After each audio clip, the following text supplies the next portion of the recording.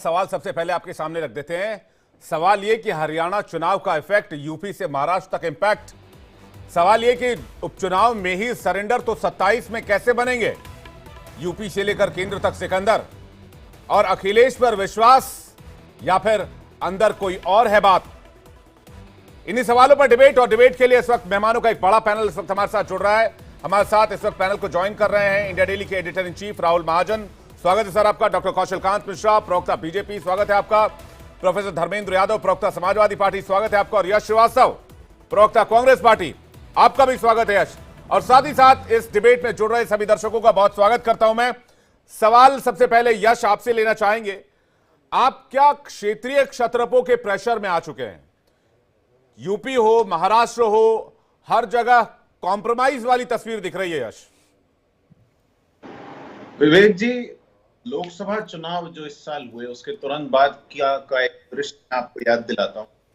राहुल जी अपने सबसे पहले भाषण में संसद में जब गए और उन्होंने जब धर्म की बहस, क्योंकि बीजेपी रहती है तो छिड़ती ही है, तो उन्होंने धर्म की बहस के जवाब में एक सज्जन को अपने साथ आगे बढ़ाकर उनसे हाथ मिला के सबका परिचय कराया। वो सज्जन फतेहाबाद या अयोध्या के सांसद थे, समाजवादी पार्टी से थे। और मुझे ऐसा कहीं नहीं लगा, या मेरे ख्याल से उस समय आपको भी नहीं लगा होगा कि किसी क्षत्रप की या कांग्रेस की या किसी और पार्टी की बात हो रही है, इंडिया की बात हो रही थी।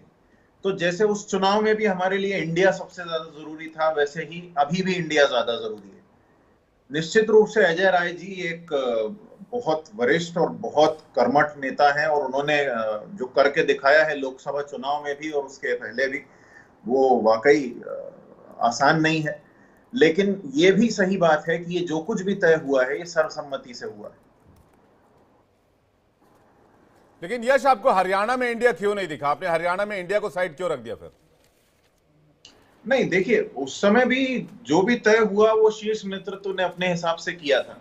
और हरियाणा को आप इसलिए पूछ रहे हैं क्योंकि आपको लग रहा है कि हरियाणा कांग्रेस हार गई। हम ये नहीं भूल सकते कि चुनाव आयोग में 20 विधानसभा सीटों की शिकायत अभी लगी हुई है।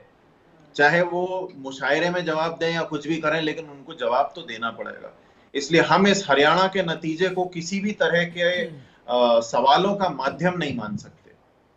ठीक है, मैं राहुल जी के पास जा रहा हूं, उसके बाद मैं बीजेपी और समाजवादी पार्टी का रुख करूंगा। राहुल जी, क्या प्रेशर में है कांग्रेस पार्टी इस वक्त? बेशक यश नहीं मान रहे, यश कह रहे हैं कि हमने इलेक्शन कमीशन से शिकायत की हुई है, इलेक्शन कमीशन इस मामले में जांच कर रहा है, हमें जवाब का इंतजार है, लेकिन असर तो दिख रहा है सर।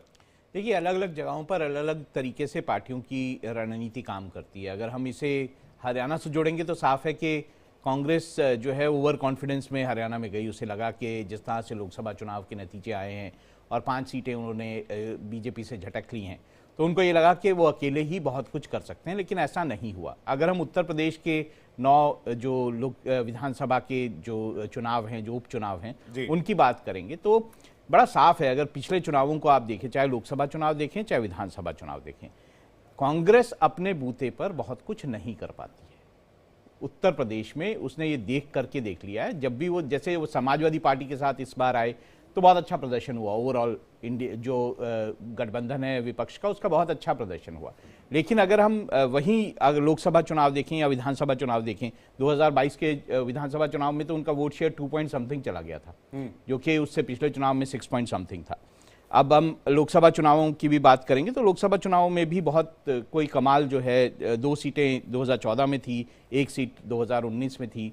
तो बहुत साफ है कि अगर ऐसी जगहों पर जहां पर कांग्रेस जो है वो अकेले कुछ नहीं कर पाती है, उसे नेचुरली अलाइज के साथ जाना चाहिए। और शायद मुझे लगता है स्ट्रेटेजिकली कांग्रेस ने सही कदम लिया है कि अगर उसने अपने पैर पीछे खींचे हैं और वो ये चाहती है कि जो वोट हैं विपक्ष के वो ना बटें और समाजवादी पार्टी के साथ जाए, तो उसने बहुत सही कदम उठाया है, अगर इसे राजनीतिक तौर पर देखा जाए या फिर इलेक्शन स्ट्रेटेजी के तौर पर देखा जाए। नहीं, विकल्प ही क्या थे सर? समाजवादी पार्टी ने कोई ऑप्शन ही नहीं छोड़ा, 7 सीटों पर पहली उम्मीदवार दी थी। कांग्रेस की पार्टी के पास कोई विकल्प इसके अलावा भी था क्या सर? नहीं, पर इन सीटों को भी आप देखें, मुझे नहीं लगता 3 से ज्यादा सीटें ऐसी हैं जहां पे बीजेपी खुद ये कह सकती है कि हम जो है बड़ा जबरदस्त हैं, पूरे कॉन्फिडेंस से चुनाव लड़ेंगे। 3 सीटें हैं। अगर गाजियाबाद, खैर और मैं बोलूं मजहावन की सीट है जी, तो ये 3 सीटें मैं मान सकता हूं कि ये 3 सीटें ऐसी हैं। मैं फुलपुर भी नहीं मानता।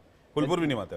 मैं मानता हूं कि ये 3 सीटें ऐसी हैं जहां पर बीजेपी कॉन्फिडेंस से कह सकती है कि हम यहां चुनाव जीतेंगे, लेकिन बाकी सीटें वो तो समाजवादी पार्टी के झोली में, वो तो साफ है। और अगर हम फूलपुर की बात करें तो कांग्रेस वहां बेहतर कर सकती थी, लेकिन कांग्रेस भी क्योंकि समाजवादी पार्टी के साथ गई थी इसलिए वहां पर बेहतर किया उसने। अगर अकेले होती तो शायद ये रिजल्ट वहां पे भी नहीं होता। जी, मैं समाजवादी पार्टी के प्रवक्ता का रुख कर रहा हूं, धर्मेंद्र यादव जी का। धर्मेंद्र यादव जी, क्या हरियाणा का बदला ले लिया आप लोगों ने? क्योंकि यही चर्चा चल रही है राजनीतिक हलकों में कि भाई आपने हरियाणा में चापा, हम आपको यूपी में जो है वो सफिशिएंट स्पेस नहीं देंगे। विवेक जी, आपकी शब्दावली हो सकती है और मुझे लगता है कि मीडिया का हो सकता तरीका हो कहने का। ये इंडिया गठबंधन पूरी मजबूती के साथ उत्तर प्रदेश का उपचुनाव लड़ रहा है। इसमें कांग्रेस का हर एक कार्यकर्ता, हर एक नेता, समाजवादी पार्टी का हर एक कार्यकर्ता, हर एक नेता, बाकी जो दूसरे अलायंस के दल हैं उनका बड़ा नेता और कार्यकर्ता, सभी लोग मिलकर के चुनाव लड़ रहे हैं। इसमें कोई इफ और बट नहीं है। हाँ, आप लोग कहने के लिए स्वतंत्र है, आप कुछ भी कह सकते हैं किसी बात को। आपसे गुजारिश बस मेरी इतनी है कि अगर हम इंडिया गठबंधन की बात आपके चैनल के माध्यम से कर रहे हैं जी, क्योंकि चुनाव इंडिया गठबंधन भी लड़ रहा है, एनडीए गठबंधन भी लड़ रहा है, तो एनडीए गठबंधन की बात कर लेना भी जरूरी होता है। आपसे निवेदन इतना है कि अगर इंडिया गठबंधन की बात कर रहे हैं तो एनडीए गठबंधन में संजय निषाद जी ने 4 सीटों का दावा किया था, ओम प्रकाश राजभर जी ने 4 सीटों का दावा किया था, 9 सीटों पे कुल चुनाव है। तो भारतीय जनता पार्टी कितने सीट पे चुनाव लड़ेगी ये भी बताने की आवश्यकता है दर्शकों को। नहीं, तो वो तो आप एक तरफा बताते हैं, वो ठीक बात नहीं है। आपको दोनों बताने से ही देश हित की बात आपने होगी। देखिए, आपने आपने सवाल धर्मेंद्र जी उठाया है, जवाब देने के लिए बीजेपी के ऑफिशियल प्रवक्ता बैठे हुए हैं। ना मैं बीजेपी का ऑफिशियल प्रवक्ता हूं और ना बीजेपी का साइड लेने वाला, मैं कोई पत्रकार हूं। मैं बस आपसे ये कह रहा हूं, क्या आप, अच्छा आप एक बात बताइए, आपने जब 7 सीटों पर चुनाव प्रत्याशियों का ऐलान किया था तो क्या आपने कांग्रेस से मशवरा किया था? दिल पर हाथ रखकर बताइएगा। बिल्कुल मशवरा करके ही अनाउंसमेंट हुआ था। जो आप ये कह रहे हैं कि आप भारतीय जनता पार्टी के प्रवक्ता नहीं, आप समाजवादी पार्टी के प्रवक्ता नहीं, ये बात बिल्कुल सच है। लेकिन आप लोकतंत्र के चौथे स्तंभ हैं और इस देश की जो 140 करोड़ की आबादी है, आप उसके प्रवक्ता हैं। उसकी हैसियत से कम आप अपने रिपोर्टिंग में इंडिया गठबंधन के साथ साथ एनडीए गठबंधन का भी अगर जिक्र करते तो मुझे अच्छा लगता और मुझे लगता है कि भविष्य में आपको करना चाहिए। ये मैं आपसे निवेदन कर रहा था। धर्मेंद्र जी, अगर ऐसा नहीं होता तो समाजवादी पार्टी और कांग्रेस ही डिबेट के लिए काफी थी, मैं बीजेपी को आमंत्रित करता ही नहीं। आपके सवाल के जवाब के लिए कौशलकांत जी बैठे हुए हैं कि भाई आपके यहां भी क्या उठापटक चल रही है उपचुनाव को लेकर। महायुति में भी सब कुछ ठीक नहीं है, महाराष्ट्र में यह भी कहा जा रहा है। थोड़ा सा सब्र रखते तो शायद मेरे सवालों में ये बातें परिलक्षित हो जाती। खैर, आपके सवाल का जवाब देंगे कौशलकांत जी। कौशलकांत जी, आपका जवाब। विवेक जी, आज देश में, पूरे देश में एनडीए की सरकार है। एनडीए के चुने हुए नेता देश के प्रधानमंत्री हैं और कहीं भी भारतीय जनता पार्टी किसी भी प्रदेश में चुनाव लड़ रही है तो वो एनडीए के नेतृत्व में लड़ रही है और एनडीए का ही कैंडिडेट फील्ड किया जा रहा है। बट हमारे यहाँ सब चीजें बातचीत करके, लोगों से विचार विमर्श करके सब कुछ फाइनल कर दिया जाता बिना किसी कंट्रोवर्सी के। और जो बात रही कांग्रेस की, कांग्रेस ने जिस तरीके से अपने आप को विड्रॉ किया, जो भी हकीकत थी उस पर तो मैं यही कहना चाहूंगा कि गठबंधन आज मजबूरी है और दिल में बहुत बड़ी दूरी है। जो काम ने समाजवादी पार्टी के साथ, याद कीजिए मध्य प्रदेश में क्या था, अखिलेश चिरकुट पार्टी, चालू पार्टी, ये सारे वक्तव्य याद कीजिए। तो अखिलेश जी तो उत्तर प्रदेश में है और उत्तर प्रदेश में विपक्ष की सबसे बड़ी पार्टी है, तो उन्होंने बहुत अच्छी राजनीति खेली है और जो उन्हें करनी भी चाहिए। और उन्होंने अपना पूरा बदला जो हरियाणा का था वो भी निकाल लिया, मध्य प्रदेश का था वो भी निकाल लिया। और मुझे लगता है कि कांग्रेस को अस्तित्व के बारे में सोचना चाहिए। चाहे कांग्रेस की बात करें, हम जम्मू कश्मीर से शुरू करें तो चाहे वो नेशनल कॉन्फ्रेंस की बात कर लें, उत्तर प्रदेश में समाजवादी की बात कर लें, वेस्ट बंगाल में टीएमसी की बात कर लें, झारखंड में जेएमएम की बात कर लें, और केरला में जिस तरीके से लेफ्ट के साथ उनका गठबंधन, और महाराष्ट्र में तो 85। तो कांग्रेस इस समय बैसाखी पे आ चुकी है, क्षेत्रीय दलों की बैसाखी पे चल रही है। कांग्रेस के पास कोई और रास्ता नहीं बचा है, तो कांग्रेस क्या करे ये कांग्रेस को सोचना है। पर अखिलेश जी ने इस समय बहुत अच्छी राजनीति की है और मुझे लगता है कि राहुल को उत्तर प्रदेश में पूरी तरह से चारों खाने चित कर दिया है। नहीं, लेकिन 2-3 दिन पहले तो आप तो खैर विपक्ष, आप बात कर रहे हैं समाजवादी पार्टी कांग्रेस की, एक खबर ये भी आई थी कि संजय निषाद कह रहे हैं कि वो अपनी पार्टी सिंबल पर ही उपचुनाव में लड़ेंगे, तो उनसे सहमति हो गई। समाजवादी पार्टी के प्रवक्ता धर्मेंद्र जी कह रहे हैं कि भाई राजभर जी की पार्टी से भी बात नहीं बन पाई है। इन सब को लेकर क्या अभी तक बातचीत चल रही है आप लोगों की? देखिए, भारतीय जनता पार्टी, क्या कहें, एनडीए गठबंधन के 7 उम्मीदवार ऑलरेडी डिक्लेयर हो चुके हैं 7 जगह, और मुझे लगता है कि बाकी के 2 उम्मीदवार भी डिक्लेयर होंगे। और ये जो उम्मीदवार हैं ये बीजेपी के नहीं है, ये एनडीए गठबंधन के हैं, इसमें कोई डाउट नहीं है। एनडीए गठबंधन में ना ही किसी मेंबर को डाउट है, ना ही किसी उम्मीदवार को डाउट। मैं सिर्फ ये कहना तो आप ये कह रहे हैं कि समाजवादी पार्टी ने ये मध्य प्रदेश का बदला ले लिया है? बिल्कुल ले लिया। आप ये समझिए कि कांग्रेस के पास तो कोई रास्ता नहीं बचा। उसके लिए सिर्फ यही कह सकता हूं कि दिल मिले न मिले हाथ मिलाते रहिए, हाथ रहे न रहे पंजा लड़ाते रहिए। यश इसका जवाब देंगे? यश, जो बात कौशलकांत जी कह रहे हैं। विवेक जी, अगर गलती से कोई घी पेटी कोई सड़ी हुई कविता निकलेगी तो आप कहेंगे बताइए आज इसका दौर चल पड़ा है। अब बताइए, आप किसी भी बीजेपी आरएसएस वाले से आप सवाल पूछते हैं, आपको कोई पुराना फ्लैशबैक और एकदम घटिया तुकबंदी क्यों मिलती है? अब इन्होंने सुनाई दिया है तो एक फ्लैशबैक मैं भी बता देता हूं। लोकसभा चुनाव के एक दिन पहले तक, नतीजे के एक दिन पहले तक साहेब दिन में 6 कपड़ा बदल रहे थे। नतीजा आया तो एक ही हरा कुर्ता 3 दिन चला है, हरा जैकेट एक ही 3 दिन, उसी में नायडू जी के साथ फोटो, उसी में बिहारी बाबू के साथ फोटो, उसी में सबके साथ फोटो। हमें मत बताइए, हम आपका खोलने बैठेंगे तो ज्यादा मजाक उड़ जाएगा, अच्छा नहीं लगता है। और रहा सवाल आपके ये हमारे गठबंधन का और आपके गठबंधन का, तो मैं शुरू में ही बता चुका हूं संसद में, वो गलती से मैंने फतेहाबाद बोला था, फैजाबाद है वो। तो अयोध्या हार गए, 5 साल का कंटेंट याद रखे कीजिए। डॉक्टर साहब आप कैसी बात कर रहे हैं? तो देखिए, मध्य प्रदेश से कोई मतलब नहीं है, बात सिर्फ इतनी है कि उत्तर प्रदेश के उपचुनाव बहुत ज्यादा जरूरी है भारत की जनता के लिए, एक उदाहरण बनने के लिए, क्योंकि उत्तर प्रदेश में अपराध चरम सीमा पे है, इसको कोई नहीं नकार सकता। अंधेर मचा हुआ है और उसके लिए किसी भी हालत में इंडिया की सरकार और ज्यादा मजबूत होना जरूरी है। मतलब अभी सरकार तो नहीं बनेगी, लेकिन इंडिया का और मजबूत होना जरूरी है। बीजेपी वाले निरंकुश होते जा रहे हैं, इनको कोई किसी की परवाह नहीं है। इसलिए हमें भी इस बात की परवाह नहीं है कि हमारे ऊपर कितनी तुकबंदी करते हैं, ये कैसे भी हो हमें इनको बाय इलेक्शंस में पटकनी देनी है। लेकिन क्या बाय इलेक्शंस में समाजवादी पार्टी को वॉकओवर दे देना कांग्रेस पार्टी के लिए ठीक डिसीजन है? क्योंकि आपने तो पूरा मैदान ही खाली कर दिया। उत्तर प्रदेश जो कि सबसे बड़ा सूबा लोकसभा की सीटों के लिहाज से भी माना जाता है, और कहावत भी है कि दिल्ली का रास्ता यूपी से होकर ही निकलता है। क्या आपके कार्यकर्ता खुश होंगे, वहां के नेता खुश होंगे? नहीं, देखिए, बात इस समय किसी भी व्यक्ति के या क्षेत्रीय लोगों के खुश होने की नहीं है। हम सब जानते हैं, सबकी अपनी इच्छाएं हैं, राजनीति में सबको अपनी कुछ महत्वाकांक्षाएं हैं, लोग कुछ करना भी चाहते हैं जनता के लिए। लेकिन जब बीजेपी वाले बिल्कुल अंधेर पे उतर आएंगे तो हम करेंगे क्या? पहले तो हमें इनको निरंकुश होने से रोकना है, ये तो हो चुके हैं। इसलिए हम समझ और सूझबूझ से काम ले रहे हैं। हम ये त्वरित आवेश में नहीं है कि नहीं हमारी पार्टी और ऐसा वैसा, ऐसा कुछ नहीं है। यूपी के 2 लड़कों ने इनको लोकसभा चुनाव में अच्छे से बताया है, अब यूपी का हर कार्यकर्ता इनको अच्छे से बताया, इसको देखते जाइए जी। लेकिन बाकी लोग तो ये कह रहे हैं कि भाई कांग्रेस निरंकुश हो जाती, अगर कांग्रेस हरियाणा जीत जाती तो। अब देखिए, वो कहने वाले सब आरएसएस वाले हैं, बीजेपी के व्हाट्सएप ग्रुप वाले हैं, उनकी क्या जी। ठीक है, मैं कौशलकांत जी इस पर कुछ कहना चाह रहा हूं, उसके बाद मैं धर्मेंद्र यादव जी और राहुल जी आपके पास आ रहा हूं। कौशलकांत जी। मैं तो सिर्फ ये कह रहा हूं, इन्होंने यूपी के 2 लड़कों की बात की, तो यूपी के 2 लड़के हैं, 2 लड़कों से गलती हो जाती है, पूरा उत्तर प्रदेश इसको जानता है। और जिस तरीके से समाजवादी पार्टी की पुरानी सरकारें रही हैं, उसको याद किया करके ही आप देखिए उत्तर प्रदेश की जनता चुनाव करेगी। हरियाणा में उन्होंने दिखा दिया कि जनता ने क्या किया है, और अब उत्तर प्रदेश में भी जनता दिखाएगी। ये बाई इलेक्शन जो भी बात हो रही है, जनता ही चुनाव करेगी। अखिलेश जी या समाजवादी पार्टी ये कहती है ना कि लोकसभा में हाफ आगे साफ, तो लोकसभा में हाफ आगे साफ करने का दावा केवल जनता कर सकती है, कोई राजनीतिक दल नहीं कर सकता है। मैं सिर्फ ये कहूंगा कि जनता जनार्दन, वो छोड़िए, पोस्टर भी लगा है 27 में सत्ताधीश अखिलेश 27, बिल्कुल वो पोस्टर लगे। मुंगेरी लाल के हसीन सपने देखने के लिए कोई मना ही नहीं है।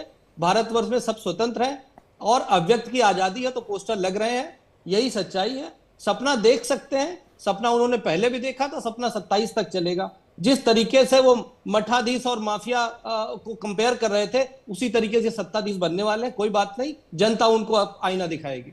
नहीं, लेकिन आप लोग भी तो 9 सीटों पर चुनाव लड़ रहे हैं, तो इस पे योगी जी का लिटमस टेस्ट बताया जा रहा है, यूपी सरकार का लिटमस टेस्ट बताया जा रहा है, 27 का सेमीफाइनल कहा जा रहा है, कई सारी बातें तो इधर भी हैं। बिल्कुल बिल्कुल बिल्कुल सांडिल जी, देखिए हरियाणा को भी लिटमस टेस्ट बताया जा रहा था, तो उसमें लिटमस टेस्ट में क्या रिजल्ट आया सबने देखा। उत्तर प्रदेश का लिटमस टेस्ट भी देख लिया जाएगा, और जिसको जनता चाहेगी उसको सत्ता पे बिठाएगी। और हमें यकीन है कि जिस तरीके से गुंडागर्दी मुक्त कानून व्यवस्था उत्तर प्रदेश में है, उसके बाद उत्तर प्रदेश की जनता भारतीय जनता पार्टी और एनडीए के गठबंधन का चुनाव करेगी। क्यों? जैसा आपने कहा कि दिल्ली का रास्ता तो उत्तर प्रदेश से होकर जाता है, तो उत्तर प्रदेश ही डिसाइड करेगा कि कौन आएगा 27 में। ठीक है, इसका जवाब मैं लेने के लिए धर्मेंद्र यादव जी के पास जा रहा हूं। धर्मेंद्र यादव जी, क्या 27 को लेकर और उपचुनाव को लेकर मुंगेरी लाल के हसीन सपने देख रहे हैं? पहला तो ये। दूसरा, ये एक चर्चा ये भी चल रही है कि कांग्रेस पार्टी 5 सीटों की डिमांड कर रही थी, आप लोगों ने 2 का प्रस्ताव रखा, जिसमें बात नहीं बन पाई थी। विवेक जी, अगर देश के प्रधानमंत्री और मोदी जी सबसे बड़े मुंगेरी लाल के हसीन सपने देखें कि 2047 की बात करते हैं, 2024 में, 2022 में 2047 की बात करते हैं। अगर समाजवादी पार्टी इंडिया गठबंधन 2027 की बात करे और जनता के मुद्दों की बात करे, लोगों के हित की बात करे, समाज के उत्थान की बात करे, बेटियों की सुरक्षा की बात करे, किसानों की बात करे, नौजवानों की बात करे, तो ये हसीन सपने लगते हैं। ये भारतीय जनता पार्टी के राजनीति करने का अपना तरीका हो सकता है। रही बात जो 2 लड़कों की जोड़ी की, 2 लड़कों की जोड़ी या 2 लड़कों की गलती ने भारतीय जनता पार्टी को अयोध्या में परास्त कर दिया। मर्यादा पुरुषोत्तम भगवान राम ने इनको नकार दिया, क्योंकि ये भगवान को भी धोखा दे सकते हैं, तो देश की जनता को धोखा देना तो बहुत छोटी बात है। तो ये भारतीय जनता पार्टी के जो चरित्र है, सबके सामने है, देश के सामने है। और आज जो एनडीए की सरकार है, बीजेपी 240 सीटें जीतकर कितने बैसाखियों पर टिकी है बताने की आवश्यकता नहीं है। पूरा देश और पूरी दुनिया जानती है कितने बैसाखी लगे हुए हैं एनडीए गठबंधन में। तो बैसाखी हटते चले जाएंगे और भारतीय जनता पार्टी पहले उत्तर प्रदेश से साफ हो जाएगी, उसके बाद देश से साफ होना निश्चित हो जाएगा। लेकिन आपकी खुशी में आ रहा हूं यश, एक सेकंड आपके पास, एक सेकंड कौशल कांत जी, एक सेकंड। धर्मेंद्र जी, आप 9 सीटों पर चुनाव लड़ने की खुशी आपके चेहरे पर देखी जा सकती है। कांग्रेस प्रदेश अध्यक्ष अजय राय ने पिछले दिन एक बयान दिया था, उसमें कहा था उन्होंने कि 5 सीटों पर चुनाव लड़ने की तैयारी हम कर रहे हैं, सभी 10 विधानसभा सीटों पर काडर को एक्टिवेट कर दिया। तो उन्होंने दावा यह भी किया था कि कांग्रेस पार्टी की तैयारी सभी 10 विधानसभा सीटों पर है। आपने कौन सी जादू की छड़ी घुमाई, कौन सा बटन दबाया, कौन सा नस पकड़ा, इसके बारे में तो कुछ बता दीजिए धर्मेंद्र जी। विवेक जी, इंडिया गठबंधन के नजरों में देश बड़ा है, दल कोई बड़ा नहीं है। आज देश के अंदर जो समस्या है, जो देश की बुनियादी सवाल हैं, उस पर बात कौन करेगा? इंडिया गठबंधन कर रहा है, इंडिया गठबंधन तो कर ही नहीं रहा है। तो इसलिए चाहे कांग्रेस हो, चाहे समाजवादी पार्टी हो, चाहे अन्य गठबंधन हो, वो देश की बात सोच करके, तो इसमें कोई सीट इतनी बड़ी चीज नहीं है। 1-2 सीट किसी को ज्यादा मिले कम मिले वो बड़ा नहीं है, लेकिन देश का मुद्दा बड़ा है। दूसरी बात जो भारतीय जनता पार्टी के प्रवक्ता कह रहे थे कि अगर इंडिया गठबंधन में समाजवादी पार्टी के सिंबल पे हम चुनाव लड़े, तो इसका मतलब कांग्रेस के चारों खाने चित करने की बात कर रहे हैं। आप मुझे बता दीजिए कि जो एनडीए गठबंधन है वो भारतीय जनता पार्टी के सिंबल पे लड़ रहा है, तो क्या हमें मान ले कि ओम प्रकाश राजभर चारों खाने चित हो गए, संजय निषाद चारों खाने चित हो गए, अनुप्रिया पटेल चारों खाने चित हो गई, तो तीनों के चारों खाने चित हो गए? ये लोकतंत्र है। इस तरह से भारतीय जनता पार्टी सोचती है। कौशल कांत जी, क्या कहेंगे आप? विवेक जी, हाँ बोलिए, आपका जवाब जल्दी से, उसका राहुल जी के पास जा रहा हूं। हाँ, मैं सिर्फ 2 बातें बोलना चाहूंगा। जो मुंगेरी लाल के हसीन सपने की बात हुई थी, तो मुंगेरी लाल के हसीन सपने इसलिए बोला गया क्योंकि अखिलेश जी अपने आप को मुख्यमंत्री का चेहरा प्रोजेक्ट करना चाहते हैं उत्तर प्रदेश के। जबकि 2047 की बात हुई थी, उसमें भारत को विश्व गुरु बनाने की बात की गई थी। उसमें कहीं ये बात नहीं की गई है कि किसकी सरकार होगी। भारत डेवलप राष्ट्र होगा, विकसित राष्ट्र होगा, विश्व बंधुत्व की भावना से आगे बढ़ेगा। तो ये फर्क है मुंगेरी लाल के हसीन सपने और इसमें। और दूसरी बात जो प्रोफेसर धर्मेंद्र जी ने कहा कि कांग्रेस पार्टी जो है अनुप्रिया पटेल, मैं भी तो यही कह रहा हूं कि कांग्रेस पार्टी आसमान से जुड़ी खजूर पे अटकी, अब उसका कंपैरिजन निषाद पार्टी, अनुप्रिया पटेल की पार्टी और छत्रपों से होने लगा। यही तो है, इसी को तो कहते हैं कांग्रेस का खत्म होना, इसी को कहते हैं कांग्रेस का पतन। और पतन क्यों हो रहा है? क्योंकि कांग्रेस की अपनी पॉलिसीज के। और एक सवाल पूछना चाहूंगा अपने दोनों साथियों से। अभी दो तीन दिन पहले आप समझिए कि अबू आजमी जो महाराष्ट्र की स्टेज पे बैठे हुए थे और अखिलेश जी वहां स्टेज पे बैठे हुए, तो उन्होंने कहा, अबू आजमी ने कहा कि 5-6 मुसलमान कैंडिडेट आप लोग हमें दे दीजिए, तो जो मुसलमान चाहेगा वो देश में होगा। मैं इस पे अपने दोनों साथियों का वक्तव्य जानना चाहता हूं, जबकि अखिलेश यादव ने अभी तक इसको विड्रॉ नहीं किया है। और उसी के वजह में एक कार्यकर्ता जो उत्तर प्रदेश का है, उसने जब इसका विरोध किया तो समाजवादी पार्टी से उसको निलंबित कर दिया गया। तो मैं ये जानना चाहता हूं, ठीक है, इसका क्या जवाब मुस्लिम उम्मीदवार अगर 5-6 जीत जाएंगे तो इसका जवाब यश से ले लेकिन जल्दी से राहुल जी एक सवाल लेता हूं। राहुल जी, जो बात कांग्रेस के प्रदेश अध्यक्ष अजय राय थोड़े दिन पहले तक कह रहे थे कि वो और उनकी कार्यकर्ता पूरी तरह से 10 सीटों पर कॉम्पीट करने के लिए तैयार हैं, अब वो कह रहे हैं कि हम इंडिया गठबंधन की जो भी फैसला है, जो भी पार्टी आलाकमान का फैसला, हम उसके साथ हैं। तो क्या ऐसे में 2027 का रोडमैप तैयार हो पाएगा? देखिए, बड़ी साफ है। पहले भी मैंने आपको कहा कि पार्टियां अपनी ताकत के हिसाब से जो अपनी रणनीति बनाते हैं। अगर यही बात होती कि जो विपक्षी गठबंधन में जो जैसा है वैसा कर लेते हैं, या जो मतलब सीटों का बंटवारा आपस में वैसे ही कर लेते हैं, तो महाराष्ट्र में क्यों कांग्रेस जो है वो अभी भी अड़ी हुई है कि उसको 102-105 सीटें चाहिए? कह रही है ना कि 85 सीटों पे हम नहीं, हम ऐसा नहीं है कि 85-85 का फॉर्मूला हम मान जाएंगे, हमारे को ज़्यादा सीटें चाहिए। कांग्रेस देखिए, आप देखिए लोकसभा चुनाव में बीजेपी को महाराष्ट्र में कांग्रेस ने पटकनी दी है एक तरह से। अगर सबसे बड़ी पार्टी उभर के आई वो लोकसभा में महाराष्ट्र में, तो साफ है कि वो लोग विधानसभा चुनाव में भी अपना मांग रही कि उसको सबसे ज़्यादा सीटें मिलनी चाहिए। इसी तरह से अगर बीजेपी जो है उसको पता है कि वो उत्तर प्रदेश में बहुत स्ट्रांग है, उसके जो अलाइज हैं वो एक आध पॉकेट में स्ट्रांग है, लेकिन ओवरऑल बीजेपी स्ट्रांग है, तो बीजेपी जो बड़ा चंक है वो बीजेपी लेके जाएगी। और अगर उसके अलाइज उसके सिंबल पर लड़ते हैं तो उसको फायदा ही होगा। तो पार्टियां इस हिसाब से लड़ती हैं चुनाव के किस जगह पे सीट विनेबिलिटी किस पार्टी की ज्यादा है। वो इस चुनाव सेंटिमेंटल तरीके से चुनाव नहीं लड़ा जाता कि अच्छा आप गठबंधन कर लिया तो बांट दें, रेवड़ी बांट दी जाए। तो यही आपको इन चुनावों में भी देखने को मिल रहा है, चाहे वो महाराष्ट्र का आप चुनाव देखेंगे, चाहे आप ये उपचुनाव देखेंगे, चाहे आप झारखंड का चुनाव देखेंगे। कांग्रेस के लिए विन विन सिचुएशन है। बिल्कुल। और कांग्रेस ने, देखिए मैंने पहले ही शुरुआत में ही कहा कि कांग्रेस ने बड़ा सोच समझ के फैसला किया है। उसने जो कदम पीछे हटाए हैं, उसने देख लिया कि अगर वो अति उत्साह या फिर ओवर कॉन्फिडेंस से हरियाणा में गई तो उसको मात खानी पड़ी है। तो उसने ये देख लिया है कि उसको अलाइज के साथ, क्योंकि वैसे भी मैंने आपको एक फिगर भी दिया कि किस तरह से विधानसभा और लोकसभा चुनाव में उत्तर प्रदेश में कांग्रेस जैसे जैसे अकेले गई है उसको बहुत कोई फायदा नहीं हुआ है। 0 मतलब सीटों में भी चुनाव में पहुंच गई, तो कोई फायदा तो होना चाहिए। तो उसी तरह से उन्होंने ये स्ट्रेटेजी बनाई है कि अगर जहां पे जो अलाई स्ट्रांग है उसको आगे बढ़ाया जाए। ठीक है, मैं यश के पास जा रहा हूं। यश, क्या कांग्रेस को पता था कि कांग्रेस अपने सिंबल पर उपचुनाव में सीटें नहीं जीत पाएगी, इसलिए जो 2 सीटें हैं वो भी समाजवादी पार्टी को दे दी जाए? इससे एक तो यूपी में कांग्रेस अपना जो साख है वो बचाने में कामयाब हो जाएगी, और महाराष्ट्र में समाजवादी पार्टी से बहुत ज्यादा सीटों की डील नहीं करनी होगी। यश। विवेक जी, देखिए, ख्याल से राजनीतिक जो जार्गन है वो एनालिसिस मुझसे राहुल महाजन जी दे चुके हैं। फिर भी मैं ये कहूंगा कि मैं एक बार फिर से कह रहा हूं कि इंडिया गठबंधन हमारे लिए सर्वोपरि है, और उससे भी ऊपर भारत की जनता हमारे लिए मायने रखती है। उसी लिए हम उस हिसाब से इस समय चल रहे हैं। हमें कोई मतलब नहीं है कि बीजेपी वाले किस तरह की बातें करते हैं हमारे सामने, हमें आपस में लड़वाने के लिए बीच बीच में क्या बोलते हैं, उससे कोई मतलब नहीं। हमने ये सर्वसम्मति से फैसला लिया है। आप लोग खुद बता रहे हैं कि राहुल जी और अखिलेश जी की फोन पर बातचीत हुई है। हाँ, ये डॉक्टर साहब ने 2-3 बातें गलत बोली हैं, मैं उनका जवाब जरूर देना चाहता हूँ। जो सबसे आखिरी बात इनने पूछी थी, बड़ा सवाल पूछा था इन्होंने, ये बार बार भूल जाते हैं बीजेपी वाले कि ये देश सेक्युलर है, लेकिन इनकी पार्टी के बड़े लोग नहीं भूल पाते। ये महाराष्ट्र के एक स्टेज की बात कर रहे थे, तो ये महाराष्ट्र का स्टेज है। जब कभी भी आप हमें हिंदू मुसलमान याद दिलाएंगे महाराष्ट्र में, हम आपको ये वीडियो दिखा देंगे। ये फडणवीस जी हैं, और ये जो टिकटॉकर है साथ में, ये एक मुस्लिम लड़का है। तो हमें हिंदू मुस्लिम मत बताइए कौशलकांत मिश्रा जी। दूसरी बात, जब मैंने यूपी के 2 लड़के कहा था तो इन्होंने बड़ा बेहुदा सा एग्जाम्पल दिया, कहीं और ही बात को ले गए। तो मुझे भी 2 भाई याद आ रहे हैं। अभी राजस्थान में एक फर्जी बाबा पकड़ा गया है महिला के साथ अपराध के प्रकरण में। उसकी शक्ल देखिएगा तो वो किसी और का जुड़वा भाई लगता है। कौशलकांत मिश्रा जी जरूर देखिएगा। और तीसरी बात, आप चंद्रबाबू नायडू और नीतीश कुमार जी के दम पे सरकार बना रहे हैं। एक दिन पहले तक मोदी मोदी कर रहे थे, फिर एनडीए करने लग गए और हमें बैसाखी बता रहे हैं।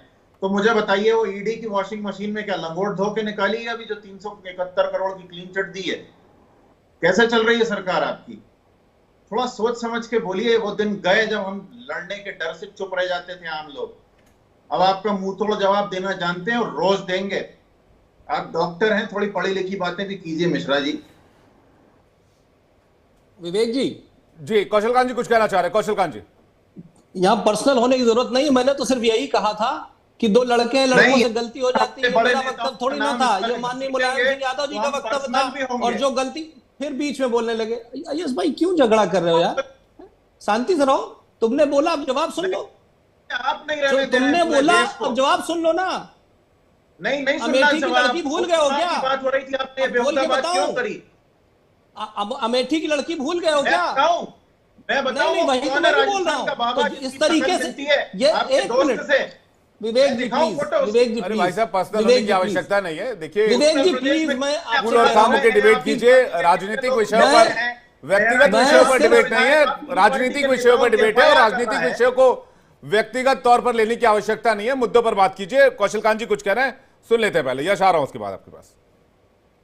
विवेक जी, मैं तो बिल्कुल ये मान के ही नहीं चल रही। यहाँ पे कांग्रेस का प्रवक्ता बोल रहा है और यहाँ से बीजेपी का प्रवक्ता जवाब दे रहा है। इसमें कोई डाउट ही नहीं है। पता नहीं क्यों यश श्रीवास्तव जी इसको पर्सनली ले रहे हैं। अरे भाई, ये मेरा वक्तव्य थोड़ी ना था। दो लड़कों से गलती हो जाती है, और उन लड़कों से कितनी बार गलती हुई ये सबने देखा है। जिस तरीके से उत्तर प्रदेश की कानून व्यवस्था थी और जिस तरीके से पीडीए के नाम पे ये परिवार डेवलपमेंट अलायंस लेके चल रहे हैं, उस परिवार डेवलपमेंट अलायंस का दोनों जगह समाजवादी पार्टी और कांग्रेस का कैरेक्टर आपको नजर आया। अभी केरला में, वायनाड में जब इलेक्टोरल ऑफिसर के सामने गए थे तो इनके अध्यक्ष महोदय झांक रहे थे। ये वाला भी डिबेट होगा आगे। मल्लिकार्जुन खड़गे जी दरवाजे के बाहर खड़े थे और पूरा परिवार अंदर बैठा हुआ था। लॉन्चिंग पैड पे रोहन वाड्रा भी बैठे हुए थे। तो ये तो इनका परिवार है। वही काम यहाँ पे हुआ परिवारवाद का समाजवादी पार्टी में। बीच में नहीं आइए ना, आप सुन लीजिए फिर जवाब दीजिएगा। तेज प्रताप आए अखिलेश के भतीजे, लालू यादव के दामाद, अजीत प्रसाद अवसेत प्रसाद के बेटे मिल्कीपुर से आ गए। तो ये जो यहाँ पर आकर के बात कर रहे हैं, आप इशू पे बात कीजिए ना। और जहां तक रही समाजवादी पार्टी जाहिल बन चुके हैं उत्तर प्रदेश में गुंडागर्दी की बात, तो ये मैं नहीं कहता हूं, डॉक्टर के लायक है नहीं। आपके पेशेंट से सहानुभूति है मुझे। आप जो बता रहे हैं उसका फैक्ट चेक हो चुका है। विवेक जी, लेकिन राजस्थान के उस बाबा का कोई फैक्ट चेक नहीं है। विवेक जी, अरे विवेक जी को छोड़ो। जब आदमी के पास तथ्य नहीं होते हैं तो वो पर्सनल होने की कोशिश करता है। आप किसकी बात कर रहे हैं यश श्रीवास्तव जी?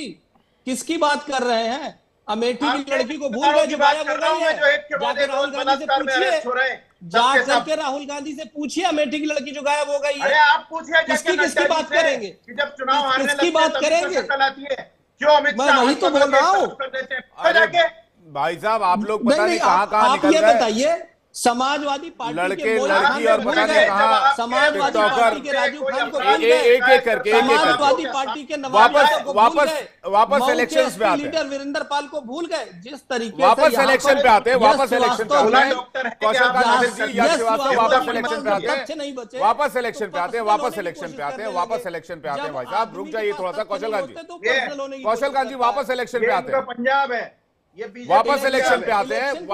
वापस इलेक्शंस पे आते हैं। आप लोग अपने अपने जो सुकन्या देवी को याद कीजिए। व्यक्तिगत सुकन्या हमले देवी हैं। को राहुल से जाकर पूछिए। सुकन्या तो लाओ पहले। देवी, सुकन्या देवी के बारे में राहुल से पूछिए। एक करके भाई साहब, एक करके। व्यक्तिगत होने से कोई फायदा नहीं है। वापस टॉपिक पर आते हैं। वापस टॉपिक पर आते हैं। धर्मेंद्र यादव जी कराइए। आप दोनों प्लीज रुक जाइए एक बार। आप दोनों रुक जाइए प्लीज। कांग्रेस का परिवारवाद, आप दोनों रुक जाइए प्लीज एक बार। धर्मेंद्र यादव कुछ कहना चाह रहे हैं। धर्मेंद्र यादव को स्क्रीन पे लेकर आइए। धर्मेंद्र यादव कुछ कहना चाह रहे हैं। यश एक सेकंड रुक जाइए। कौशलकांत जी, हाँ विवेक जी, भारतीय जनता पार्टी का परिवारवाद कौन नहीं जानता मुझे बता दीजिए। पंकज सिंह किसके बेटे हैं? अनुराग किसके बेटे हैं मुझे बता दीजिए। पूरा लिस्ट उठा के देख लीजिए, पूरब से लेकर पश्चिम से, उत्तर से लेकर दक्षिण तक। और रही बात संस्कारों की, तो मोदी जी के माले में भारतीय जनता पार्टी जो तथाकथित देश की सबसे बड़ी पार्टी है, उसके राष्ट्रीय अध्यक्ष उस माले में नहीं घुस सकते। देश के रक्षा मंत्री उस माले में नहीं घुस सकते। तो ये भारतीय जनता पार्टी के संस्कार हैं जो पूरी दुनिया और देश ने देखा है। तो उस पर ज्यादा बात करने की जरूरत नहीं है। मैं ये पूछना चाहता हूं कि भारतीय जनता पार्टी जो झूठ की फैक्ट्री चलाती है उस पर कब बात होगी? 20 करोड़ रोजगार कब देगी भारतीय जनता पार्टी देश के युवाओं को? भारतीय जनता पार्टी ने वादा किया था। किसानों के साथ धोखा किया, आज तक धोखा करती चली आई है। नौजवानों के साथ धोखा किया, अग्निवीर की भर्ती ले आए, पहलवानों के साथ धोखा किया। भारतीय जनता पार्टी ने इस देश में ऐसा कोई सगा नहीं जिसको बीजेपी ने ठगा नहीं। तो ये भारतीय जनता पार्टी का मूल मंत्र है। देश की जनता समझ चुकी है और भारतीय जनता पार्टी की लोकसभा की जो हार है उसकी बौखलाहट भारतीय जनता पार्टी के हर एक नेता के चेहरे पे बार बार दिख रही है। तथा कथित देश की सबसे बड़ी पार्टी अस्पताल में भर्ती आंख खुलवाने वाले लोगों को ओटीपी मांग करके सदस्य बना देती लेकिन है। धर्मेंद्र यादव इस जी, हिसाब से अभी तो तक भारतीय आपने जनता ये पार्टी बताया सबसे बड़ी नहीं पार्टी बनी है। कि इस राहुल हिसाब जी से और सबसे बड़ी अखिलेश पार्टी जी बनी की है। क्या बातचीत हुई? आखिर 9 सीटों पर समाजवादी पार्टी चुनाव अकेले लड़ेगी, ये फैसला कब और कैसे लिया गया, किस परिप्रेक्ष्य में लिया गया? कांग्रेस पार्टी को क्या समझाया आप लोगों ने? आप लोगों ने कौन सी नस दबाई? यही तो पूछ रहा हूं आपसे मैं शुरू से, आप बताने को तैयार नहीं थे। विवेक जी, मैं फिर आपको कह रहा हूं कि 9 सीटों पर इंडिया गठबंधन चुनाव लड़ रहा है। इंडिया गठबंधन का एक एक नेता, एक कार्यकर्ता चुनाव लड़ रहा है। इस बात को आप बार बार मैनिपुलेट करके बोल रहे हैं, वो ठीक बात नहीं है जी। ये देश के हित में नहीं है, जनता के हित में नहीं है। अब हमारा एक ही एजेंडा है कि हम देश के लिए अपने छोटे मोटे जो सेक्रीफाइसों करने को तैयार हैं। लेकिन भारतीय जनता पार्टी की नकारात्मक राजनीति, आप सोचिए, बहराइच में भारतीय जनता पार्टी ने दंगा करवाया और भारतीय जनता पार्टी के विधायक इस बात को कह रहे हैं और कह नहीं रहे हैं, जा करके थाने में एफआईआर करवा कर आए हैं कि भारतीय जनता पार्टी का प्रायोजित दंगा था ये और मेरे बेटे की भी जान जा सकती थी। तो आप सोचिए कि भारतीय जनता पार्टी उपचुनाव में ले दे के एक सीट जीत सकती है। देखिए, एक सीट के लिए अपने विधायक के बेटे को मरवाने आपने बड़ी अच्छी बात कही। आपने बड़ी अच्छी बात कही। मैं राहुल जी का टेक इस पर ले लेता हूं, उसके बाद यश करूंगा। आपने बड़ी अच्छी बात कही कि भाई इंडिया गठबंधन चुनाव लड़ रहा है। अब हरियाणा में क्या हुआ? हरियाणा में भी कांग्रेस पार्टी लड़ रही थी चुनाव, लेकिन उसमें भी वहां पर पावर सेंटर्स बने हुए थे। अब जब यूपी के बाय इलेक्शंस की बात है तो यूपी में जो कांग्रेस का काडर है या कांग्रेस के लीडर्स हैं, वो पूरी तरह से इस बात को लेकर आश्वस्त थे कि वो चुनाव में जा रहे हैं। बेशक 2 सीट पर जाएं, 5 सीट पर जाएं, दावा तो 10 सीटों पर भी था अजय राय जी का। तो ऐसे में जब वोटिंग होगी राहुल जी, तो क्या इसका इंपैक्ट हरियाणा चुनाव जैसा कुछ दिख सकता है? क्योंकि जो लोकल काडर्स हैं, जो पार्टी के लीडर्स हैं, वो चुनाव लड़ने की तैयारी कर रहे थे और 2027 के परिप्रेक्ष्य में इस चुनाव को देख रहे थे। और अगर कहीं अंदर खाने उनकी नाराजगी रही तो बाय इलेक्शंस में बेशक चुनाव ना लड़े कांग्रेस पार्टी, समाजवादी पार्टी को भी इसका नुकसान हो सकता है। देखिए, मैं इसका एग्जाम्पल आपको दिल्ली के चुनावों से देता हूं। दिल्ली में लोकसभा चुनाव हुए, जबकि जो सारी सीटें हैं वो बीजेपी के पास गई, लेकिन आप वोट शेयर को देखें। वोट शेयर जो है उसमें जो आम आदमी पार्टी का वोट शेयर है वो 40 कुछ % चला गया। तो साफ है कि उनकी सीटों पर कांग्रेस का जो वोट शेयर, जो वोट बैंक था, वो उनकी तरफ शिफ्ट हुआ। अदरवाइज ऐसा तो नहीं होता कि जो है उनको इस तरह के रिजल्ट आते। दूसरी तरफ अगर हम यही बात अगर हम दूसरी जगहों पे भी अप्लाई करेंगे तो होता यह है कि ऑल्टरनेटिव ऐसे लोग या जनता में ऐसे लोग होते हैं जो कि सपोजिटली कोई ऐसे व्यक्ति है जो कि बीजेपी को वोट नहीं देना चाहता है, वो कांग्रेस को वोट देता था, लेकिन ऑल्टरनेट वो तलाशेगा। अगर कांग्रेस वहां पे नहीं होगी तो वो ऑल्टरनेट तलाशेगा, दूसरी पार्टी को तलाशेगा। दूसरी पार्टी अगर समाजवादी पार्टी होगी तो साफ तौर से वो समाजवादी पार्टी को वोट करेगा। तो वो लोग भी ये देखते हैं कि कौन सी पार्टी ऐसी है जिसका जो कैंडिडेट है वो जीत सकता है, क्योंकि ऐसा तो वोट कोई नहीं करेगा कि वो हारने वाले कैंडिडेट को वोट कर दे कि चलिए मेरा वोट वेस्ट हो जाए, फिर वो नोटाई क्यों ना कर दे। तो कोशिश ये होती है लोगों की कि अगर वो एक पार्टी को समर्थन नहीं करते तो वो दूसरी ऑल्टरनेटिव पार्टी को वोट देते हैं, जिसके कारण वहां पर दूसरी पार्टी जो है वो ऑल्टरनेट अपना जो कैंडिडेट है वो जीता सके और वहां पर उस कैंडिडेट को जीत हासिल हो सके। तो यही बात जो है इसमें भी लागू होगी। हो सकता है कि पूरा का पूरा वोट ट्रांसफर ना हो, ये भी जरूरी नहीं है कि पूरा का कांग्रेस का वोट जो है वो समाजवादी पार्टी को ट्रांसफर हो जाएगा, लेकिन ये जरूर है कि कुछ ना कुछ और मेजर पार्ट जो है वो जरूर समाजवादी पार्टी के पास जाएगा, और जिससे समाजवादी पार्टी जो कि ऑलरेडी स्ट्रांग पार्टी है उत्तर प्रदेश में उसे, और ये मैंने आपको सीटों का भी थोड़ा समीकरण बताया कि 3 सीटों से ज्यादा बीजेपी ऐसी सीटें नहीं बोल सकती जिसमें वो पूरी तरह से जीत का झंडा गाड़ सके। तो ऐसे में वहां समाजवादी पार्टी को बल मिलेगा इससे। क्या इससे लोकल लीडर्स नाराज नहीं होंगे सर? मेरा सवाल ये भी होंगे, पर कितना कि उसका जोखिम क्या होगा सर? ये है तो है ही। अगर ऐसा तो हर जगह होता है। सपोजिटली अब महाराष्ट्र की बात कर लेते हैं। महाराष्ट्र में जो उद्धव ठाकरे शिवसेना जो है नहीं, शिवसेना जो शिंदे गुट है, शिवसेना शिंदे गुट जो 4-5 सीटों पर नाराजगी जाहिर कर चुका है ना कि जो बीजेपी ने कैंडिडेट खड़े किए हैं, तो वो कह रहे हैं ना कि ये कैंडिडेट नहीं खड़े करने चाहिए थे। तो क्या उसका काडर जो है वो नाराज नहीं हुआ? या उसके जो लोकल नेता वो नाराज नहीं हुए होंगे, तो उसका असर होता है। ऐसा नहीं है कि उसका असर नहीं होता, पर नाराजगी कितनी है।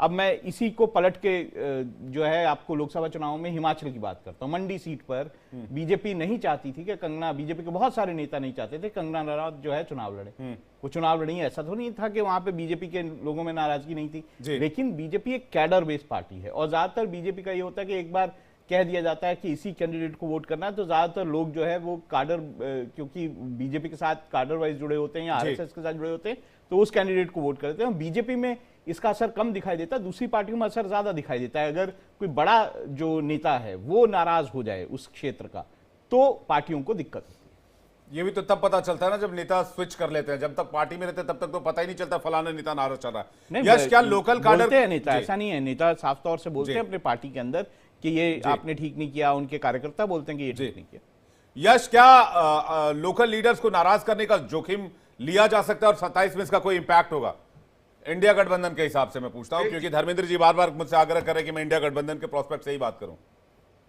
विवेक जी, बीजेपी में केशव प्रसाद मौर्य थे। मैं थे इसलिए कह रहा हूं क्योंकि वो एक बार उन्होंने मुख्यमंत्री बनने की इच्छा जाहिर की और उसके बाद अचानक चुनाव है। तो ये रिस्क जो है ये सब तरफ है। इनके भी टिकट ये बोलते रहते हैं कि भैया कार्यकर्ताओं की पार्टी है, पर ऐसा है नहीं। नागपुर में 12 परिवार बैठते हैं, वही सब तय करते हैं इनका। तो इनके भी कार्यकर्ताओं में नाराजगी होती है, डिसअपॉइंटमेंट होता है, यानी निराशा होती है, सब कुछ होता है।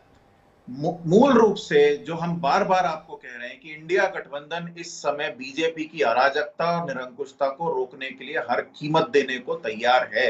और इसीलिए जो अभी राहुल जी आपको बता रहे हैं कि बजाय वोटर का जो माइंडसेट है उसको बांटने की बजाय पूरा फोकस कर दिया जाएगा, कांग्रेस या सपा नहीं बल्कि इंडिया के नाम पे वोट मांगा जाएगा, तो उसका चुनाव चिन्ह कोई भी हो उससे फर्क नहीं पड़ता है। फर्क सिर्फ इस बात से पड़ता है कि हमें बीजेपी को हराना है। और वैसे भी पिछले कुछ सालों में जितने भी बाय इलेक्शन हुए हैं उसमें से ज्यादातर बीजेपी हारी है, क्योंकि बीजेपी को शायद बाय इलेक्शन में उतनी सारी खरीद फरोख्त महंगी पड़ती होगी, वो सोचते होंगे जाने दो। तो उसमें एक्चुअल लोगों का जो रुझान है वो समझ में भी आता है। तो इसलिए हम हरियाणा के चुनाव को भले ही कोई कुछ भी कहे, लेकिन हम चुनाव आयोग से पूछ करवाने तक उसको अंतिम नहीं मानेंगे। नहीं, लेकिन आपने जोखिम तो लिया है ना यश। आप 85 सीटों पर चले गए महाराष्ट्र में, अभी भी आपकी बातचीत चल रही है। मैं ये नहीं कह रहा हूं फाइनल हो गया है, लेकिन आप वहां पर 115 की डिमांड कर रहे थे, 110 की डिमांड कर रहे थे, बात 110 112 तक हो रही थी, ये तक तो जानकारी थी। विवेक जी, बहुत बेसिक है। देखिए, बहुत बेसिक है। चाहे हम मान लीजिए 85 सीटों पर लड़ते हैं और उनमें से जितनी पर भी जीतते हैं, तो अपनी सीटें बढ़ाने का एकमात्र तरीका ये नहीं है कि अपने साथी दलों की लकीर छोटी करो, इसके उसके जाके वोट काटो, ये करो वो करो। नहीं, एक बहुत पुराना तरीका भी है कि जनता के लिए सच में काम करके दिखाया जाए और उस हिसाब से वर्चस्व बढ़े तो अपने आप सीटें बढ़ जाती है। ये पुराना तरीका बीजेपी के और खास तौर से महान प्रधानमंत्री जी के आने के बाद सोशल मीडिया के चक्कर में लोग भूलते जा रहे हैं। हमें वो याद है, इसलिए हमें इस बात की चिंता नहीं है। हम सिर्फ जनता के बारे में सोच रहे हैं। ये मूलभूत तरीका बीजेपी ने पिछले 10 सालों में भुला दिया है। अभी देख लीजिए, ये बीजेपी वालों के पास एक ही बात रिपीट करने की क्या कंसिस्टेंसी है। एक ही बात ये घिसते जाएंगे, क्योंकि उनको मालूम है कि इनके लाखों ग्रुप बने हुए हैं जो यही बात फैला देंगे। इसलिए इस समय हमारे पास आर या पार के अलावा कोई चारा है नहीं। हमें किसी भी हालत में इनका ये बेहुदा झूठ रोकना है, तोड़ना है। कौशल कांत जी, मैं ये बात जी राहुल जी कुछ कहना चाह रहे थे। कौशल कांत जी आ रहा हूं। महाराष्ट्र में ऐसा, इस पूरे अगर सिनेरियो को देखें जी, और हम महाविकास आघाड़ी की बात करें, तो सबसे बड़ा लूजर जो है वो उद्धव ठाकरे, क्योंकि 2019 के चुनाव में 165 सीटें लड़े थे, आज 85 सीटें लड़ रहे हैं। तो अगर उस तरह से मैं देखूं कि ये कहना कि भाई कोई कांग्रेस जो है वो अपने सहयोगी दलों को दबाती नहीं है, तो वो भी दबाती, जहां पर उसको लगता है कांग्रेस को कि वो जीत सकते हैं, वो बेहतर कर सकते हैं, वो भी दबाते हैं। अब उद्धव ठाकरे को दबा ही रहे हैं। लेकिन उद्धव ठाकरे की पार्टी भी तो दो फाड़ हो गई सर। बिल्कुल है, लेकिन जो उद्धव ठाकरे ने लोकसभा चुनाव में अच्छा किया, ऐसा नहीं है बुरा किया। उस कंपैरेटिवली अगर हम ये देखें कि अगर जितना उनकी पार्टी से लोग चले गए थे, ज्यादातर 80% लोग चले गए थे बाहर, अगर उस तरह से मैं देखूं तो उन्होंने उस लिहाज से तो बेहतर किया। लेकिन जो रिपोर्ट्स विधानसभा वार 2024 के नतीजे को देखें तो उसमें शिंदे गुट की जो शिवसेना है, जिनके पास सिंबल है, उस गुट को 2 सीटों का फायदा होता दिख रहा है अभी तक जितनी सीटें शिंदे गुट के पास हैं। नहीं, बिल्कुल सही बात है, लेकिन क्या शिंदे गुट को बीजेपी उतना चांस दे रही है? क्या मतलब ऐसा तो नहीं है कि शिंदे गुट को बहुत ज्यादा सीटें दे रही हैं? उस हिसाब से मेजर सीटें तो बीजेपी खुद लड़ रही है ना, यानी पावरफुल पार्टी का डोमिनेंस रहता है। बिल्कुल रहता है, और ये भी असेसमेंट होता है कि कौन सी पार्टी बेहतर सीटें लड़ सकती है। बीजेपी अगर मैं देखूं तो महाराष्ट्र में चाहे लोकसभा चुनावों में खराब प्रदर्शन हुआ, बहुत खराब प्रदर्शन हुआ, लेकिन अगर किसी पार्टी की प्रेजेंस वहां पे हर क्षेत्र में है महाराष्ट्र की, तो वो बीजेपी है। ठीक है, मैं कौशल कांत जी के पास आ रहा हूं। कौशल कांत जी, अभी यश कह रहे थे कि भाई बीजेपी को रोकने के लिए, इनका झूठ तोड़ने के लिए, इनका भ्रम तोड़ने के लिए हमें जो भी करना होगा हम करेंगे। यश जी के बारे में बाद में बात करूंगा, पहले एनडीए गठबंधन के बारे में बता दें। जैसे अभी हमारे जो एक्सपर्ट हैं वो बता रहे थे, तो राहुल जी, तो मैं ये कहना चाहूंगा कि हम लोग ज्यादा सीट पाते हैं उसके बाद भी, चाहे महाराष्ट्र में पुराना देख लीजिए, शिवसेना को बनाया गया सीएम, उसके बाद नीतीश कुमार जी को ज्यादा सीटों के बाद बीजेपी के सीएम बनाया गया। उत्तर प्रदेश में पुराना इतिहास याद कर लीजिए, ज्यादा सीट होने के बाद भी मायावती को सीएम बनाया गया। और आज भी महाराष्ट्र का चुनाव जब हम लड़ रहे हैं तो हमारे नेता शिंदे जी ही हैं, ये सबको पता है। तो ये फर्क है एनडीए में। तो आप महाराष्ट्र में उद्धव ठाकरे को एक्सटेंशन दे देते तो आज ये नौबत ही नहीं आती। ये कहते हैं कि नहीं, मैं वही ये तो बोल रहा मानते हूं। हैं, देखिए मैं एक चीज पूछना चाहूंगा कि क्या आप ये मानते हैं कि अगर आप जो बात कर रहे हैं कि 152-55 सीटें आप लड़ेंगे, जो बातें हो रही हैं, कि अगर आप उतनी सीटें लड़े और आप सबसे बड़ी पार्टी होके आए तो आप जो है अभी भी जो है शिंदे साहब को मुख्यमंत्री बना देंगे? देखिए, अभी तक जो ये डिसीजन मैं यहाँ पे डिबेट में तो नहीं, मैं यही बोल रहा हूँ ना, सबसे बड़ी पार्टी जो होगी वही मुख्यमंत्री बनाएगी ना। जिनकी लीडरशिप में चुनाव लड़ा जा रहा है, आप देखिए राहुल जी, अभी किसकी लीडरशिप में चुनाव लड़ा जा रहा है? शिंदे जी की लीडरशिप में चुनाव लड़ा जा रहा है। ये तो ओपन फैक्ट है ना। तो यही फर्क है। और जहां तक रही कांग्रेस की बात करें, आप शिंदे जी को डिक्लेयर करके चुनाव लड़ रहे हैं कि वो मुख्यमंत्री हैं, मुख्यमंत्री का चेहरा है। वो हमारे एनडीए के वहां पे सम्मान, यही मैं आपको बोल रहा हूं कि अगर आपका भी हुआ तो क्या देवेंद्र फडणवीस की कम जो है वो दावेदारी होगी मुख्यमंत्री पद पर? देखिए, ये डिस्कशन मैं यहाँ पे बैठ करके और हम आप डिसाइड नहीं कर सकते, ये एनडीए की बैठक में डिसाइड होगा। और अभी तक के लिए आप देखिए ना, अभी भी तो, इसके पहले भी, और मैंने 1-2 एग्जाम्पल नहीं दिया, मैंने कई सारे एग्जाम्पल दिए। उसके अलावा जो हमारे मित्र बोल रहे थे, यश जी आज भी उप मुख्यमंत्री केशव प्रसाद मौर्य हैं, तो वो मुख्यमंत्री हैं, उप मुख्यमंत्री हैं। आपके यहां जिस तरीके से प्रधानमंत्री हो माइनॉरिटी का मनमोहन सिंह, उसको जिस तरीके से सोनिया जी चलाती थी रोबोट प्रधानमंत्री कहा जाता था, ये हम नहीं कहते थे, मीडिया कहती है। आज जिस तरीके से सारा परिवार अंदर था और मल्लिकार्जुन खड़गे बिल्कुल भी नहीं बोलने दूंगा दलित लीडर वो बाहर से झांक रहे थे, दिस इज नॉट डन। बदतमीजी करने को उतर आए हैं मिस्टर यश, इसका क्या किया जाएगा? अरे यश जी जाकर के अपने मल्लिकार्जुन खड़गे को दरवाजे के अंदर करिए। जिस दलित लीडर को बाहर कर दिया, ओबीसी लीडर थे केसरी जी, उनकी धोती खोल दी गई। किसकी बात करते हैं? साउथ इंडिया के नरसिम्हा राव थे, उनकी दफ्तर में नहीं जाने दिया। एक परिवार की पार्टी वाली सरकार कांग्रेस, कांग्रेस को अपना नाम बदल देना चाहिए, इंडियन नेशनल कांग्रेस के बजाय इंडियन नेशनल परिवार कर देना चाहिए। क्योंकि परिवार के पीछे ये कांग्रेसी जिनका खून पानी हो चुका है वो खड़े रहते हैं और वो कहते हैं दलित की बात, दलित लीडर को बना करके कमरे के बाहर कर देंगे। अल्पसंख्यक की बात करते हैं, मनमोहन सिंह को रोबोट को प्रधानमंत्री बना देंगे। साउथ इंडिया की बात करते हैं, बॉडी को कांग्रेस के अंदर मनमोहन सिंह का नाम लेने से पहले कान पकड़ा करो अपने, तुम्हारे जैसा जाहिल आदमियों का नाम लेने लायक नहीं। एक सेकंड, पर्सनल नहीं, ये इस तरह की भाषा नहीं प्लीज। यश इस तरह की भाषा से नहीं, ये नहीं प्लीज, ये नहीं प्लीज। अब आरोप प्रत्यारोप अपनी जगह है, लेकिन पर्सनल होना ठीक बात नहीं है। मैं बार बार ये अपनी डिबेट में रिक्वेस्ट करता हूँ, प्लीज नहीं इस तरह की भाषा का इस्तेमाल नहीं, प्लीज नहीं, इस तरह की भाषा को अलाउ नहीं करूंगा। इंडिया डेली के प्लेटफॉर्म पर इस तरह की भाषा को अलाउ नहीं करेंगे, सॉरी। और ना ही हम आपके इस तरह के वक्तव्य से किसी तरह का इत्तेफाक रखते हैं। ये आप किसी के भी खिलाफ पर्सनल टिप्पणी नहीं कर सकते, ठीक है। ये लेकिन एक बात बताइए कौशल कांत जी, मेरे एक सवाल का जवाब दीजिए। महायुति ने 182 उम्मीदवार घोषित किए हैं। आपने कहा कि भाई हमारे यहां सब कुछ ठीक चल रहा है। आज अजीत पवार, देवेंद्र फडणवीस दिल्ली में मौजूद है, सीएम एकनाथ शिंदे भी दिल्ली आ रहे हैं। कहा यह जा रहा है 106 सीट पर बीजेपी और शिंदे के बीच अभी भी बंटवारा होना बाकी है। इसमें अजीत पवार भी अपना दावा ठोक रहे हैं और इलेक्शन में टाइम ही कितना बचा है? बताइए विवेक जी, क्या कोई प्रदेश का अध्यक्ष ये कह रहा है, जैसे अजय राय जी बोल रहे थे कि 5 सीटें चाहिए और 0 पे खत्म हो गए? एनडीए जिनके भी नाम आपने लिए वो सब एनडीए के दावेदार हैं। बैठक होगी, डिसीजन होगा और जो एक डिसीजन होगा सर्वमान्य होगा। यही तो फर्क है।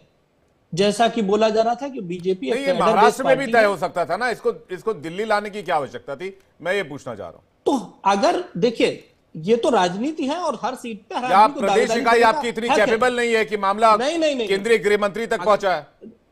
बिल्कुल बिल्कुल सही बात है। अगर दावेदार इतने अच्छे अच्छे हैं, हर आदमी अपने दावेदारी प्रूफ करना चाहता है, तो उसका डिसीजन कैसे होगा? बातचीत करके ही तो होगा। यही तो डेमोक्रेसी है, इसमें क्या गलत बात है? पर यहां ये नहीं हो रहा ना कि हमें तो 5 सीट चाहिए और 0 पे खत्म हो गए। लेफ्ट में केरला में वायनाड से प्रियंका जी को उतार दिया जाएगा और वहां पे लेफ्ट उनको अपोज करेगा। इसी तरीके से वेस्ट बंगाल में इंडी गठबंधन है लेकिन ममता जी के साथ नहीं आएंगे। उसी तरीके से जेएमएम झारखंड में हुआ है। ठीक है, आपकी अपनी दलील है, लेकिन इसे भी महायुति के अंदर खटपट की बात कही जा रही है। मैं जल्दी से धर्मेंद्र जी का रुख कर रहा हूं, काफी देर से वेट कर रहे हैं। धर्मेंद्र जी, एक बात बताइए, क्या महाराष्ट्र में इंडिया गठबंधन में समाजवादी पार्टी को साइडलाइन कर दिया जाएगा? क्या आपकी 12 सीटों की मांग पूरी होगी या इसे दरकिनार किया जाएगा? विवेक जी, इंडिया गठबंधन लोकतांत्रिक मूल्यों के हिसाब से चलने वाला गठबंधन है, जिसमें विमर्श की एक बहुत बड़ी जगह है। विमर्श करके जो भी देश हित में फैसला होगा, सीटों का बंटवारा कोई बड़ा फैसला नहीं है, देश बड़ा है, हम देश को बड़ा करके जो भी फैसला होगा उसको लेंगे। और इंडिया गठबंधन पूरी मजबूती के साथ महाराष्ट्र में भी चुनाव लड़ेगा, झारखंड में भी चुनाव लड़ेगा और उत्तर प्रदेश के उपचुनाव में 9 की 9 सीटें भारतीय जनता पार्टी को हरा करके इनकी विदाई तय कर देगा। लेकिन कांग्रेस को अगर आप इंडिया गठबंधन में, इसका मतलब मजबूत पार्टी नहीं मानते। कांग्रेस की 99 सीटें हैं, एलओपी कांग्रेस से हैं। आप उत्तर प्रदेश में 5-5 सीटों पर चुनाव लड़ सकते थे, जो कांग्रेस की फायदेमंद सीट थी, आप कांग्रेस को लीड दे सकते थे उस पर। नहीं, ये तो आपका अपना सोचने का तरीका हो सकता है, बोलने का तरीका। आपने कहा ना इंडिया गठबंधन को मजबूत करना है, मैं उसी हिसाब से पूछ रहा हूं। बिल्कुल, क्या आपको उतनी भागीदारी महाराष्ट्र में मिलेगी अगर इंडिया गठबंधन को मजबूत करने वाली बात है तो? अरे बिल्कुल मिल रही है भागीदारी भाई, ऐसा क्यों? भागीदारी मिलेगी, मिल भी रही है, इसमें ऐसी कोई दिक्कत वाली बात नहीं है। आप लोगों को बस मैं आपसे निवेदन इतना करना चाह रहा हूं कि जनहित के मुद्दे भी बहुत जरूरी हैं। आज उत्तर प्रदेश में एक 100 का मर्डर करके उसके 100 को काट करके खेतों में फेंक दिया गया है। तो भारतीय जनता पार्टी की योगी सरकार कम से कम इस पे भी जरूर ध्यान दे। उपचुनाव है, ठीक बात है, लेकिन जो अराजकता फैल रही है, जो दंगे करवा रही है, जो बेटियों का अस्मिता लूटी जा रही है, जो डकैती हो रही है, इसलिए तो हम चाहते हैं कि विपक्ष मजबूत हो। इसलिए हम चाहते हैं विपक्ष ज्यादा से ज्यादा सीटों पर चुनाव लड़े। विपक्ष मजबूत होगा तो अपराध, महंगाई, जनहित के मुद्दे सरकार तक पहुंचाएगा। इसलिए आपसे जानना चाह रहे हैं, महाराष्ट्र में क्या आप 288 में से 12 सीटों पर चुनाव लड़ेंगे? अब आपके शो में तो मैं नहीं बता सकता कितनी सीटों पे चुनाव लड़ेंगे। मैंने आपसे कहा कि हम लोकतंत्र के मानने वाले लोग हैं। विमर्श हमारे लिए सबसे महत्वपूर्ण चीज है। विमर्श जारी है, विमर्श के बाद जो भी फैसला आएगा, जैसे अभी आपने देखा कि उत्तर प्रदेश की 2 सीटों पर दोबारा से प्रत्याशी घोषित हुए और आपको सूचना मिल गई, 10 मिनट के अंदर आपने पूरा चला दिया उसको। तो ऐसे वहां की महाराष्ट्र की भी आपको सूचना मिल जाएगी। मैं आ रहा हूं, आपके पास एक सेकंड वेट कीजिएगा। दिखा देना राहुल जी, क्या समाजवादी पार्टी को महाराष्ट्र में समझौता करना होगा और ये जो सीटें एक तरह से वॉकओवर दी गई कांग्रेस की तरफ से, उसका समझौता महाराष्ट्र में होगा? मुझे लगता है क्योंकि पार्टियां इसी तरह से फैसले करती हैं अपना कि अगर जो है जो कांग्रेस है उसने ये कहा है कि आप जो है हम कोई चुनाव मतलब कोई प्रत्याशी नहीं उतारेंगे वहाँ पर उत्तर प्रदेश के उपचुनावों में, तो कहीं ना कहीं ये बात हुई होगी कि समाजवादी पार्टी जो मांग कर रही है, जो महाराष्ट्र में सीटें मांग कर रही है, तो कहीं ना कहीं ये बात ज़रूर हुई होगी कि वहाँ पर उनकी मांग कितनी मानी जाए या नहीं मानी जाए, वहाँ पर वो अपना दावा जो है कम कर ले या छोड़ दे। तो ये बातें ज़रूर, क्योंकि जब भी इस तरह के बातचीत होती है पार्टियों के बीच में तो गिव एंड टेक होता ही है। अब जिस तरह से आपने खुद ही बताया कि 106 सीटें जो हैं जिसपे जो बीजेपी और बाकी जो सहयोगी दल है महाराष्ट्र में उसमें घमासान मचा हुआ, तो उसमें भी बातचीत हो रही होगी। जिस तरह से बहुत ज़्यादा जो शिंदे गुट है वो कई सीटों को लेकर काफ़ी ज़्यादा, खासतौर से कल्याण की सीट जो लेकर है वहाँ पर जिस तरह के कैंडिडेट को खड़ा किया गया उसको लेकर शिंदे गुट ने बहुत ज़्यादा अपना प्रोटेस्ट किया है। तो ये सारी बातें जो है वो करते हैं, पार्टियां आपस में करती हैं और वही मुझे लगता है एक तरह से एक समझौते पे पहुंचेंगी कि समाजवादी पार्टी अपना कुछ दावा छोड़े महाराष्ट्र में, और जो कांग्रेस ने जो अपना दावा जो उत्तर प्रदेश में छोड़ा है वो उसके कारण। जी यश, क्या वॉकओवर देकर कांग्रेस पार्टी ने एक अच्छा स्टेप लिया है? क्या इससे कांग्रेस के कार्डर्स या जो लोकल लीडर्स है वो खुश होंगे? जल्दी से आपका क्लोजिंग रिमार्क। विवेक जी, इंडिया की सारी पार्टियां जो हैं वो एक दूसरे की लकीर छोटी बड़ी करने में विश्वास नहीं रखती। हम एक साथ मिल के आगे बढ़ने में विश्वास रखते हैं। इसीलिए बार बार जो हम आपसे कह रहे थे, यूपी में भी पूरा इंडिया एक साथ है, महाराष्ट्र में भी एक साथ है, हर जगह एक साथ है। अव्वल तो मुझे आप ही बहुत नाराज लग रहे हैं इस फैसले से, थोड़े परेशान से भी दिख रहे हैं। मैं जी नहीं, मैं नाराज नहीं हूं। हाँ, जब मनमोहन सिंह जी के बारे में कोई कुछ बोलता है तो मुझे ये फोटो याद आती है, लेटेस्ट है, इसको देखिए। ये स्थिति जिस दिन मनमोहन सिंह की ये दिखा देंगे उस दिन बोलिएगा मनमोहन सिंह जी को, और मैं चुप भी हो जाऊंगा, ऐसे नहीं होऊंगा। हाँ, इतना जरूर कहूंगा कि बीजेपी चाहे कुछ भी कर ले, लेकिन मजाक मत समझो भैया। देश को आप अपराध और सब कुछ में बहुत आगे हो, सिर्फ इसलिए कि आप जल्दी से कौशल जी 10 सेकंड क्लोजिंग रिमार्क आपका। क्लोजिंग रिमार्क मैं क्या दूं? कांग्रेस के जो प्रवक्ता हैं ये सुनने को नहीं तैयार है। क्या रोबोट प्रधानमंत्री मैंने वर्ड दिया था? क्या जो आज मल्लिकार्जुन खड़गे खिड़की से झांक रहे थे वो मैंने बनाया था? क्या केसरी जी को की धोती खोल दी गई? सर फिर आप उसी मुद्दे पर चले गए। मैं कह रहा था आप लोग उपचुनाव में किस स्ट्रेटेजी के साथ जाएंगे। बहुत बहुत धन्यवाद आप सभी का हमारे साथ डिबेट में जुड़ने के लिए और शामिल होने के लिए। आपने अपना कीमती वक्त दिया, बहुत बहुत शुक्रिया। दर्शकों आपका भी बहुत बहुत शुक्रिया।